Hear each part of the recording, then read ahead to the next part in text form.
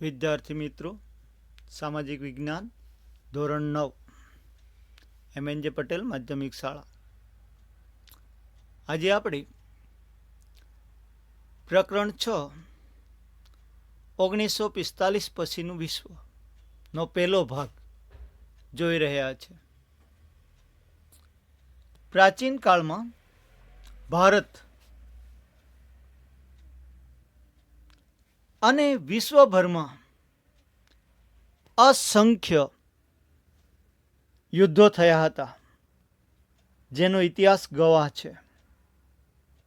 બરાબર, ઇતિહાસમાં પૃષ્ઠ ઉપર એ લખાયેલું છે. તેમ છતાં જે આ બધા યુદ્ધોમાં યાદ રહે તેવા વિશ્વની અંદર બે ભયાનક યુદ્ધો થયા હતા, જેને મહાયુદ્ધો તરીકે આપણે ઓળખી શકીએ. જે મહાયુદ્ધોમાં પ્રથમ વિશ્વયુદ્ધ 1914 1 ઓગસ્ટ 1914 થી 1918 દરમિયાન થયું, અને તેના અંતે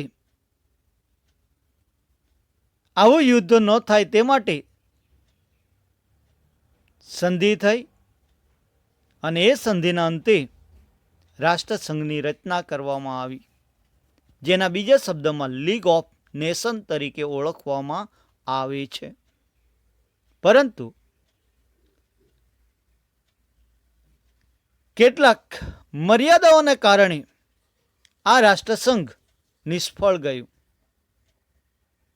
તેથી વિશ્વમાં બીજું મહાયુદ્ધ 1 સપ્ટેમ્બર 1939 શરૂ થયું, જેનો અંત 1945 આવ્યો, અને તેના અંતે ફરી આવા યુદ્ધો ન થાય તે માટે સંયુક્ત રાષ્ટ્રસંઘ, સંયુક્ત રાષ્ટ્રો અથવા UN તરીકે ઓળખવામાં આવે છે, એની રચના કરવામાં આવી, જેનો ઉદ્ભવ 24 ઓક્ટોબર 1945 થયો હતો, જેને UN ડે તરીકે આપણે ઉજવીએ છીએ.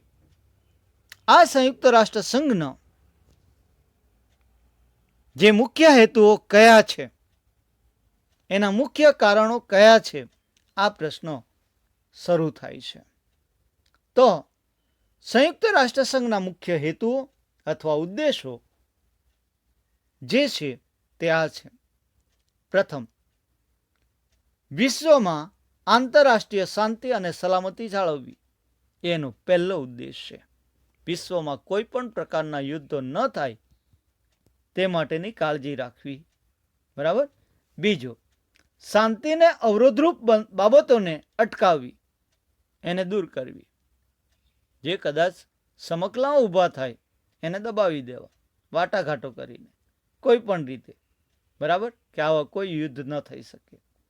અથવા આક્રમણ કે શાંતિભંગના બનાવોને નાબૂદ કરવા અસરકારક સામૂહિક પગલાં ભરવા.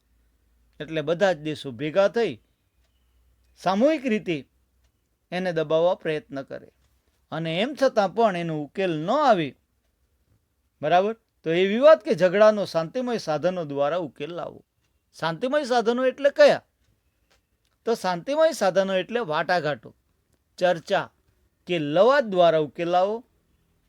બરાબર, એ પ્રયત્ન કરવો, અને બને તો તેમ છતાં ઉકેલ ન આવે તો આંતરરાષ્ટ્રીય અદાલતનો આશરો લેવો. આ રીતે આ પ્રશ્નનો ઉકેલ માટેનો આ બીજું કારણ. બરાબર, ખ્યાલ આવ્યો? બીજામાં શું કહેવામાં આવ્યું? કે શાંતિના અવરોધરૂપ થતા હોય એવી બાબતોને અટકાવી અને દૂર કરવી. બરાબર, આક્રમણના કે શાંતિભંગના બનાવોને નાબૂદ કરવા અસરકારક સામૂહિક પગલાં ભરવા. દરેક આંતરરાષ્ટ્રીય વિવાદ કે ઝઘડાનો શાંતિમય સાધનો દ્વારા ઉકેલ લાવવો, એટલે વાટાઘાટો, ચર્ચા અને લવાદ અથવા આંતરરાષ્ટ્રીય અદાલત દ્વારા એનો નિર્ણય આવે. ત્રીજી બાબત, આત્મનિર્ણય. બરાબર,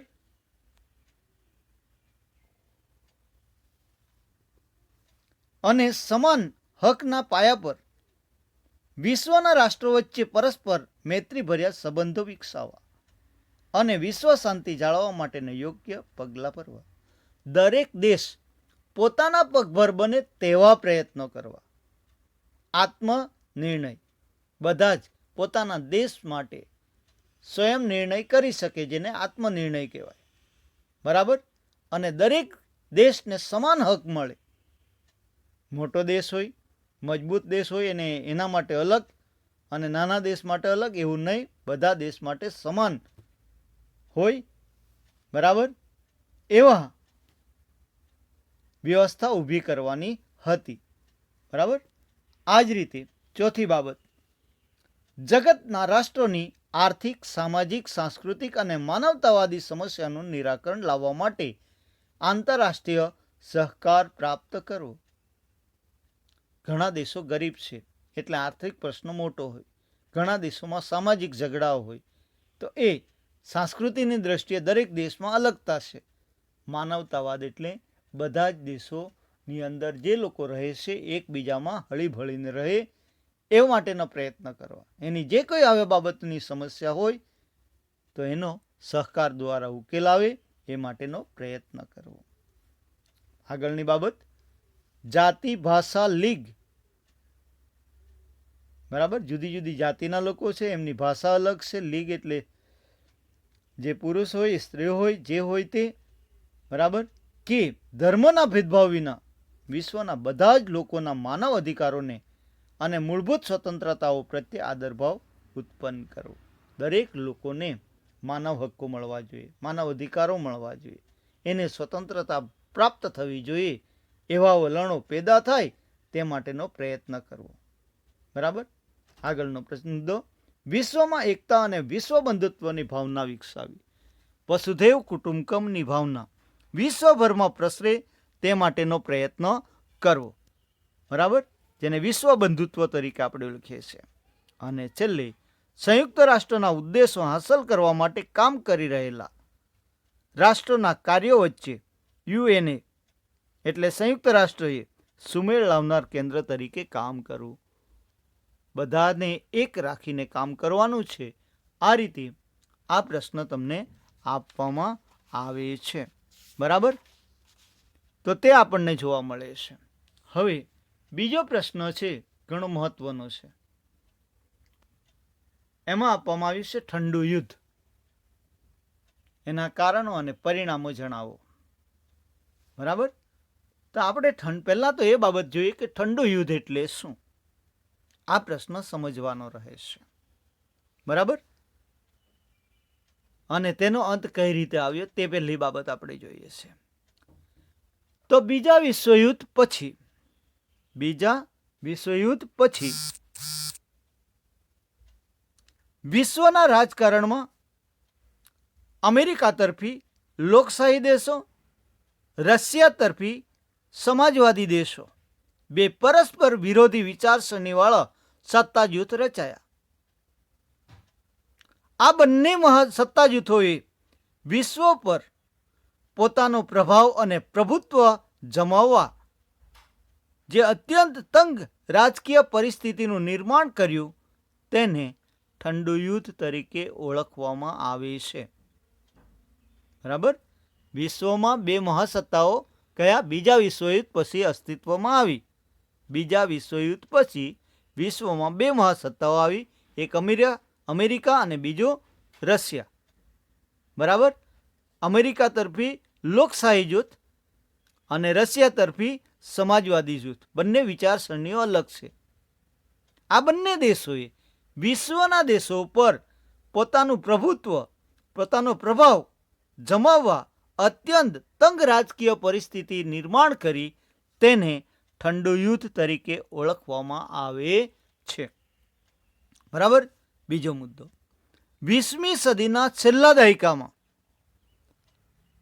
રશિયામાં ઈસવીસન 1985માં મિખાઇલ ગોર્બાચોવ સત્તા પર આવ્યા.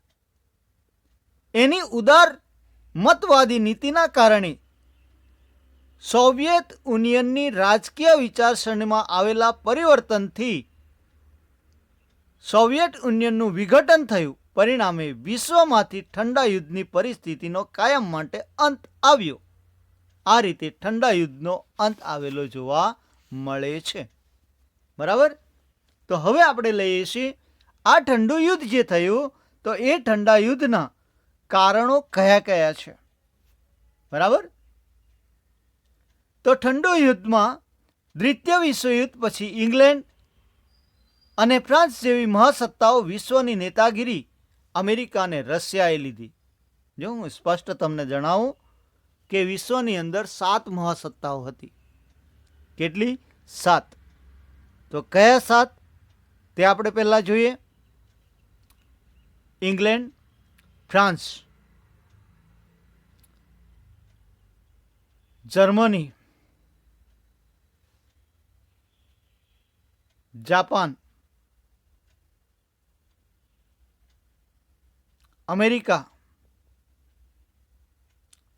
રશિયા અને ઇટાલી.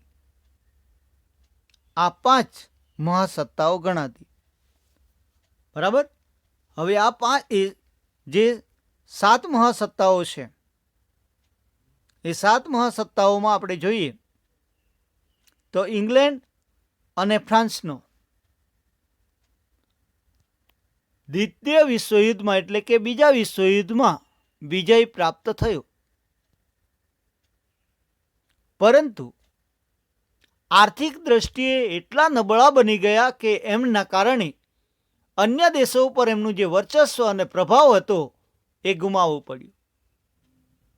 બરાબર. એટલે મહાસત્તા તરીકેનું સ્થાન ગુમાવ્યું આ બંને દેશોએ. બરાબર. જ્યારે ઇટાલી, જર્મની અને જાપાન આ 3 દેશોનો બીજા વિશ્વયુદ્ધમાં પરાજય થયો એટલે એને સ્થાન ગુમાવ્યું. એટલે 5 દેશોએ પોતાનું સ્થાન ગુમાવ્યું. જ્યારે 2 દેશો એવા રહ્યા જે અમેરિકા અને રશિયા એ મહાસત્તા તરીકે ઉદય થયો. આ રીતે 7 રાજ્યોમાંથી 5નો અંત આવ્યો હતો તે જોવા મળે છે. બરાબર. તો ઇંગ્લેન્ડ અને ફ્રાન્સનું સ્થાન કોણે લીધું? અમેરિકા અને રશિયાએ લીધું. બરાબર. દ્વિતીય વિશ્વયુદ્ધમાં ઇંગ્લેન્ડ, ફ્રાન્સ, રશિયા, અમેરિકા એક સાથે રહ્યા હતા. પરંતુ યુદ્ધ પૂરું થયા પછી રશિયાની રાજકીય વિચારસરણી સામ્યવાદી છે. એના કારણે અમેરિકા, ઇંગ્લેન્ડ, રશિયાથી જુદા પડ્યા. ફ્રાન્સ પણ. બરાબર. બીજી બાબત, દ્વિતીય વિશ્વયુદ્ધ પછી આ બંને મહાસત્તાઓ અમેરિકા અને રશિયાએ સમગ્ર વિશ્વ ઉપર પોતાનું પ્રભુત્વ અને પ્રભાવ, અમેરિકા લોકશાહી વર્ચસ્વ સ્થાપવા માંગતો હતો સમગ્ર વિશ્વમાં, જ્યારે રશિયા સમાજવાદી સ્થાપવાની સક્રિય પ્રયત્નો કર્યા પ્રભુત્વ અને પ્રભાવ સ્થાપવા માટે. અને આ કારણે વિશ્વના મોટાભાગના દેશો એક યા બીજા લશ્કરી જૂથ સાથે જોડાયા. વિશ્વમાં વિવિધ લશ્કરી જૂથોનું નિર્માણ થતાં ઠંડા યુદ્ધનું મહત્વનું કારણ બન્યું તે જોવા મળે છે. વિશ્વ 2 વિરોધી સત્તા જૂથો વચ્ચે લશ્કરી જૂથોમાં વહેંચાઈ ગયું. એટલે દ્વિધ્રુવી કેન્દ્રીકરણની રચના થઈ, જેમાં અમેરિકા અને રશિયા એમ 2 ભાગોમાં વહેંચાયું. તેથી આ સમયગાળાને આપણે દ્વિધ્રુવી વિશ્વ વ્યવસ્થાના ગાળા તરીકે ઓળખીએ છીએ. દ્વિતીય વિશ્વયુદ્ધ પછી આ 2 મહાસત્તાઓ વચ્ચે અત્યંત તણાવપૂર્ણ સંબંધો થયા. બંને સત્તા જૂથો વચ્ચે અવિશ્વાસ, અસંતોષનું વાતાવરણ ઊભું થયું. સત્તા માટે ખેંચતાણ અને અત્યંત તંગ પરિસ્થિતિનું નિર્માણ થવાથી આ તબક્કાને ઠંડા યુદ્ધના તબક્કા તરીકે ઓળખવામાં આવે છે. તો એ કારણો જવાબદાર હતા. બરાબર.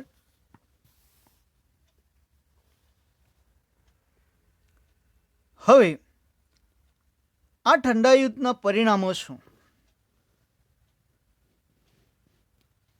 તો પરિણામ તરીકે આપણને જોવા મળશે કે ઠંડા યુદ્ધ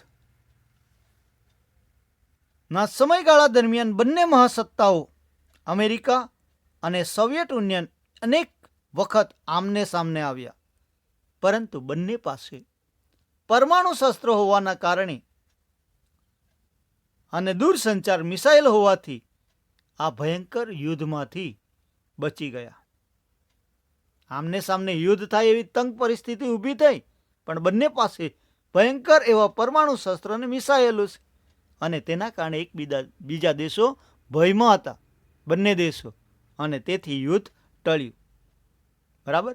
બંને મહાસત્તાઓ વચ્ચે શરૂ થયેલી શસ્ત્ર સ્પર્ધા પરાકાષ્ઠાએ વધુ પ્રમાણે એકબીજા ઉપર પોતાનું પ્રભુત્વ સ્થાપવા માટે શસ્ત્રોનું એટલા મોટા પાયા પર ઉત્પાદન કર્યું. પરમાણુ શસ્ત્રો છે, મિસાઇલો છે, ટંક યુદ્ધો છે, વિમાન જહાજો છે, બરાબર, નૌકાદળો છે, આ બધામાં એટલો ભયંકર. આ ઉપરાંત બીજા આપણે કહીએ વિષાણુ, પરમાણુ શસ્ત્રો, રસાયણ શસ્ત્રો, આ બધા શસ્ત્રો પાછળ એટલો બધો ખર્ચ કર્યો અને શસ્ત્રોનો એટલું બધું જંગી વધારો કર્યો કે વિશ્વ એના કારણે અનેક રીતે ભયમાં મુકાઈ ગયું હતું, જે પરાકાષ્ઠા કરી. દુનિયામાં મુખ્ય શક્તિશાળી રાષ્ટ્રો વચ્ચેના આંતર સંબંધમાં આમૂલ પરિવર્તન આવે. એકબીજા દેશો વચ્ચેના જે સંબંધોમાં એમાં મોટું પરિવર્તન થઈ ગયું. એકબીજા ઉપર કોઈ વિશ્વાસ રહ્યો ન હતો, એ જોવા મળે છે. બીજા વિશ્વયુદ્ધના અંતે પરમાણુ શસ્ત્રોમાં ફક્ત અમેરિકા પાસે જ યુદ્ધ હતું, કેમ કે અમેરિકાએ 1945માં જાપાનના હિરોશીમા અને નાગાસાકી ઉપર પરમાણુ બોમ્બ ઝીક્યા હતા, અને તેથી યુદ્ધનો અંત આવ્યો. એટલે ફક્ત અમેરિકા પાસે જ પરમાણુ બોમ્બ હતા, પરંતુ ત્યાર પછીના ટૂંકા ગાળામાં, એટલે કે 4 વર્ષના ગાળામાં રશિયાએ પણ આ સિદ્ધિ પ્રાપ્ત કરી. એટલે કે રશિયાએ ઈસવીસન 1949માં સફળ અણુ અખતરો કરીને વિશ્વમાં આ અમેરિકા સમકક્ષ શસ્ત્ર છે એવું સાબિત કર્યું. તો એ જોવા મળે છે, પરિણામ આવ્યું. વિશ્વના મોટાભાગના દેશોને એકબીજા પ્રત્યે ભારોભાર અવિશ્વાસ હતો અને એકબીજાના ભય સતાવતો હતો. તેથી તેઓ જગતના એક યા બીજા લશ્કરી જૂથમાં વહેંચાઈ ગયા હતા, તે જોવા મળે છે. બરાબર. આ રીતે આપણે જોવા મળે છે.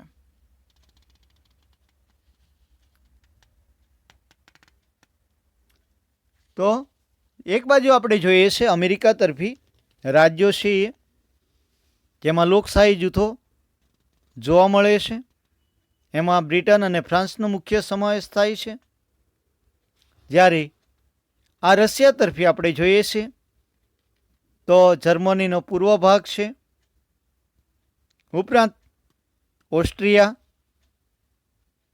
Albania, Hungary, Yugoslavia, Czechoslovakia, Poland, Romania, Bulgaria અને બાલ્ટિક રાજ્યો છે, એ બધાનો સમાવેશ થતો હતો. બરાબર. તો તે આપણને જોવા મળે છે. તે એક બાજુ સામ્યવાદી જૂથ અને બીજી બાજુ લોકશાહી જૂથ, આ રીતે બે ભાગમાં વહેંચાય છે, તે આપણને જોવા મળે છે. બરાબર. હવે આપણે લઈએ છીએ કે વિશ્વમાં લશ્કરી જૂથો કયા કયા અસ્તિત્વમાં આવ્યા હતા, ક્યારે, બરાબર, કોના વર્ચસ્વ હેઠળ હતું, તેની વાત કરીએ છીએ. તો એમાં તમને જોવા મળશે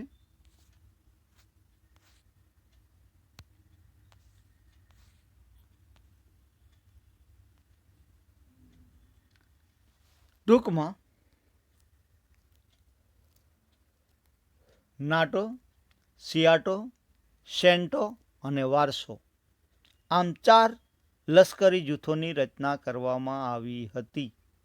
ક્યારે? બીજા વિશ્વયુદ્ધ દરમિયાન. વિશ્વયુદ્ધ પછી વિશ્વમાં એકબીજા દેશો વચ્ચે અવિશ્વાસ, બરાબર, શંકા કુશંકાઓ ઘેરી બની અને દ્વિધ્રુવીકરણની રચના થઈ. એના કારણે વિશ્વના દેશો પોતપોતાને અનુકૂળ હોય એવા સત્તા જૂથ સાથે જોડાતા બે ભાગમાં વહેંચાઈ ગયું, બરાબર.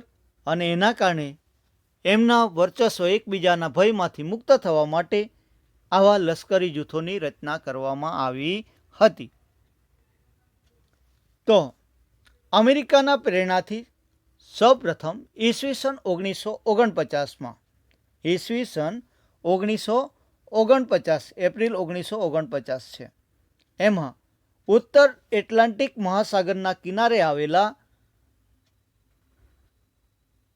દેશોના રક્ષણ માટે, જો ઉત્તર એટલાન્ટિક મહાસાગરના દરિયા કિનારે આવેલા દેશોના રક્ષણ માટે અમેરિકાની પ્રેરણાથી એપ્રિલ 1949માં જે લશ્કરી સંગઠનની રચના કરવામાં આવી એને નાટો કરાર તરીકે ઓળખવામાં આવે છે. નાટો તરીકે ઓળખાય છે, બરાબર. તો તે આપણને જોવા મળે છે, નાટો. બીજું આવે છે સિયાટો. તો સિયાટોની રચના અમેરિકાની પ્રેરણાથી જ થાય છે અને એમાં દક્ષિણ પૂર્વ એશિયાઈ દેશોના રક્ષણ માટે,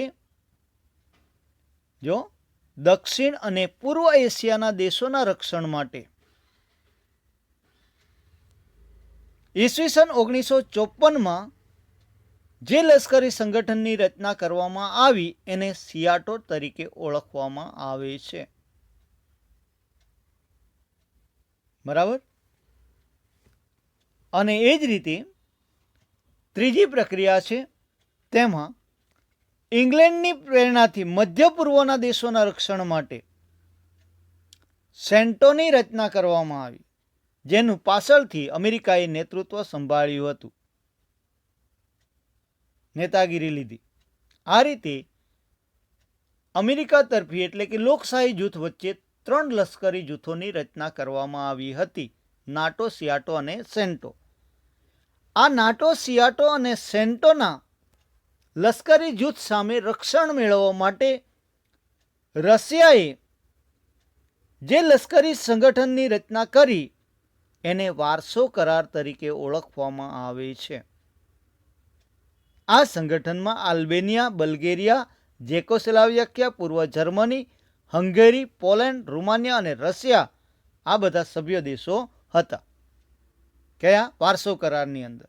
આ રીતે વિશ્વમાં બીજા વિશ્વયુદ્ધ પછી 4 લશ્કરી જૂથોની રચના કરવામાં આવી હતી, તેનો ખ્યાલ તમને આપવામાં આવે છે, બરાબર.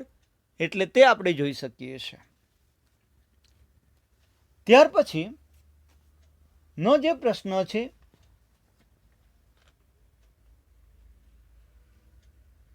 જેમાં આપણે જોઈએ છે શસ્ત્રીકરણ, નિઃશસ્ત્રીકરણ અને પરમાણુ શસ્ત્રોનું સર્જન અને તેનો ઉપયોગ, એ બાબત આવે છે, બરાબર. તો શસ્ત્રીકરણ એટલે શું, નિઃશસ્ત્રીકરણ એટલે શું, એ પહેલા પ્રશ્ન લઈએ છીએ. એમાં શસ્ત્રીકરણ એટલે શસ્ત્રોના ઉત્પાદનમાં અને લશ્કરી સૈનિકોની અંદર વધારો કરવાની પ્રક્રિયાને શસ્ત્રીકરણ તરીકે ઓળખવામાં આવે છે, બરાબર. ફરી, શસ્ત્રીકરણ એટલે શસ્ત્રો, જુદા જુદા પ્રકારના બધા શસ્ત્રો, રાસાયણિક શસ્ત્રો, જૈવિક શસ્ત્રો, પરમાણુ શસ્ત્રો, બરાબર, યુદ્ધ ટેન્કો, આ બધા આવે. એમાં વધારો કરવાનો, ઉત્પાદનમાં અનેક ઘણો વધારો કરવો, સાથે સાથે સૈનિકોની સંખ્યામાં વધારો કરવો, જેને શસ્ત્રીકરણ તરીકે ઓળખવામાં આવે છે. બીજો પ્રશ્ન છે એની સાથે સંકળાયેલો નિઃશસ્ત્રીકરણ.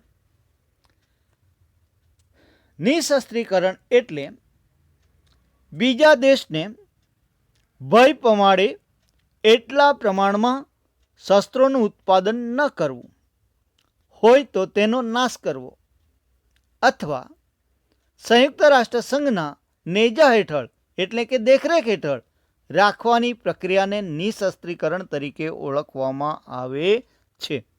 ફરી, નિશસ્ત્રીકરણ એટલે બીજા દેશને ભય પમાડે એટલા પ્રમાણમાં શસ્ત્રોનું ઉત્પાદન ન કરવું હોય તો તેનો નાશ કરવો અથવા સંયુક્ત રાષ્ટ્રસંઘના દેખરેખ નીચે રાખવાની પ્રક્રિયાને નિશસ્ત્રીકરણ તરીકે ઓળખવામાં આવે છે. બરાબર. હવે પરમાણુ શસ્ત્રોનું સર્જનની પ્રક્રિયા ક્યાંથી થઈ, કઈ રીતે?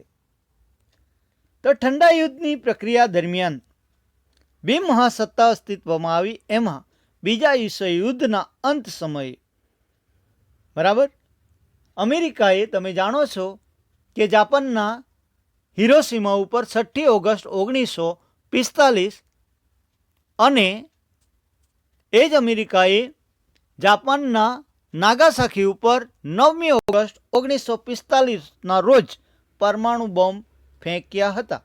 અને એ રીતે સૌપ્રથમ પરમાણુ શસ્ત્રો છે એ અમેરિકા પર હતા તેનો ખ્યાલ આપે છે. એના પછી 4 વર્ષના ટૂંકા ગાળામાં સંયુક્ત રાષ્ટ્રસંઘ એ સોવિયત યુનિયન છે, રશિયાએ છે, આ અખતરો સિદ્ધ કરીને 1949માં આ સિદ્ધિ પ્રાપ્ત કરી. ત્યાર પછીની પ્રક્રિયામાં આપણને જોવા મળે છે કે બ્રિટન એટલે અમેરિકાએ ઇંગ્લેન્ડે આ સિદ્ધિ મેળવી. ત્યાર પછી ફ્રાન્સે 1961માં આ સિદ્ધિ મેળવી. બરાબર. ત્યાર પછી ચીને આ સિદ્ધિ પ્રાપ્ત કરી. એના પછી પાકિસ્તાન, ભારત, બરાબર, પછી કોરિયા, આ રીતે જુદા જુદા દેશોએ આ પરમાણુ શસ્ત્રો પ્રાપ્ત કર્યા હતા તેનો ખ્યાલ તમને આપવામાં આવ્યો છે. આ જ રીતે ટૂંકા, મધ્યમ અને લાંબા ગાળાની મિસાઇલો તૈયાર કર્યા. ટૂંકા અને લાંબા ગાળાની મિસાઇલો તૈયાર કરી. બરાબર. તો તે આપણને જોવા મળે છે. બરાબર.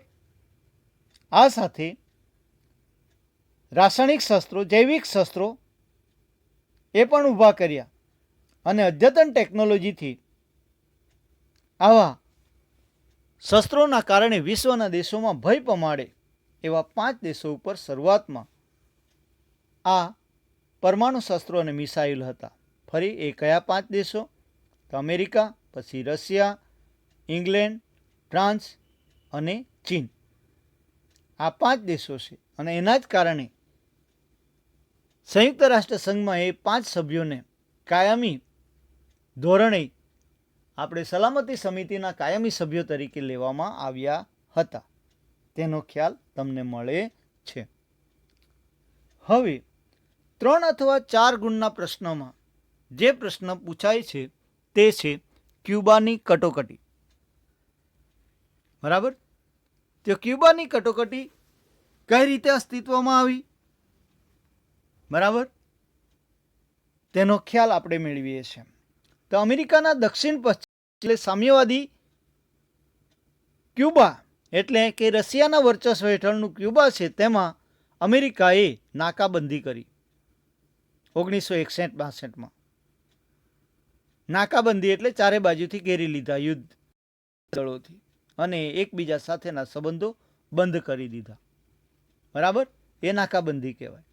તો અમેરિકાના આક્રમણના ભયથી ક્યુબાનું રક્ષણ કરવા માટે, કારણ કે એ સામ્યવાદી દેશ હતો, એટલે સોવિયત યુનિયને પરમાણુ શસ્ત્રોથી સજ્જ મિસાઇલવાળા વહાણો કેરેબિયન સમુદ્રમાં મોકલ્યા. બંને મહાસત્તાઓએ એકબીજાને પરમાણુ શસ્ત્રોનો ઉપયોગ કરવાની ધમકી આપી.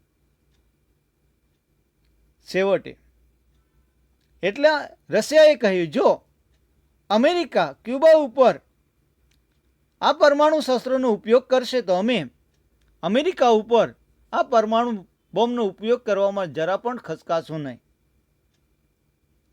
બરાબર.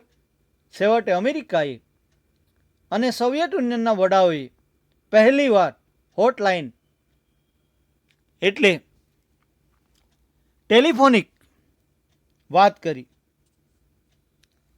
સોવિયત યુનિયને પોતાના વહાણ પાછા વાળવાનો વિચાર કરી વહાણ પાછા વાળ્યા અને અમેરિકાએ પણ જે પરમાણુ શસ્ત્રો જહાજ હતા એ ખેંચી લીધા, એટલે યુદ્ધની ઘટના ટળી. આ ઘટનાને ક્યુબાની કટોકટી તરીકે ઓળખવામાં આવે છે. આથી બંને મહાસત્તાઓ વચ્ચે પરસ્પર સંદેશાની આપલે શરૂ થઈ અને પરિણામે મહાસત્તાઓ વચ્ચેના જે ગેરસમજ દૂર થવાનો માર્ગ મોકળો બન્યો. બંને મહાસત્તાઓએ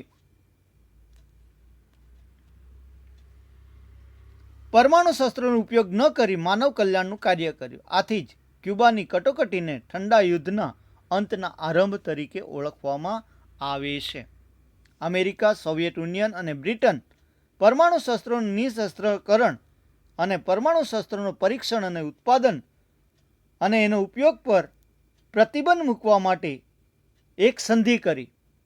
જો આ 3 દેશો હતા જે આજે જર્મની કહેવાય એના પશ્ચિમ ભાગમાં એમનું વર્ચસ્વ હતું. 4 ભાગમાં વહેંચાય. આગળ આવશે જર્મનીના ભાગલા, તે સમયે આપણે એને સમજીશું. બરાબર. અને તે માટે જે સંધિ થઈ તેને આંશિક પરમાણુ અખતરા સંધિ તરીકે ઓળખવામાં આવે છે. આંશિક પરમાણુ અખતરા સંધિ તરીકે ઓળખવામાં આવે છે. બરાબર.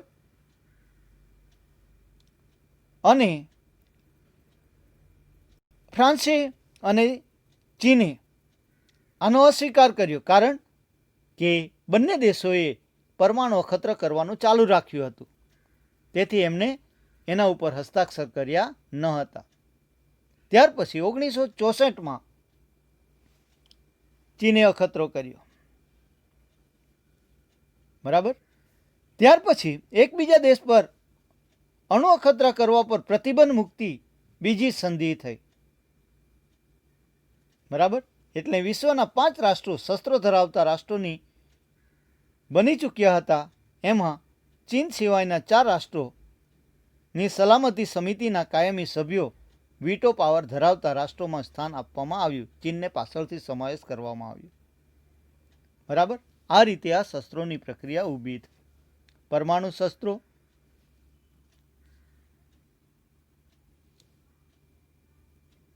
વિઘાતક રાસાયણિક જૈવિક શસ્ત્રો, દૂરના અંતર સુધી પહોંચાડી શકાય એવા પ્રક્ષેપાક્ષેત્ર એટલે કે મિસાઇલો, ટૂંકા ગાળાની, મધ્યમ કદની અને લાંબા અંતરની 3 પ્રકારની છે.